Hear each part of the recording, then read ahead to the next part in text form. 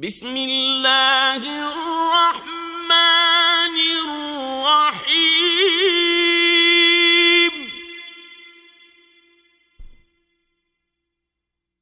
قل أعوذ برب الفلق من شر ما خلق ومن شر غاسق إذا وقب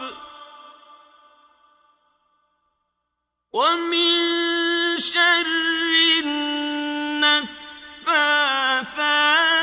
في العقد ومن شر حاسد إذا حسد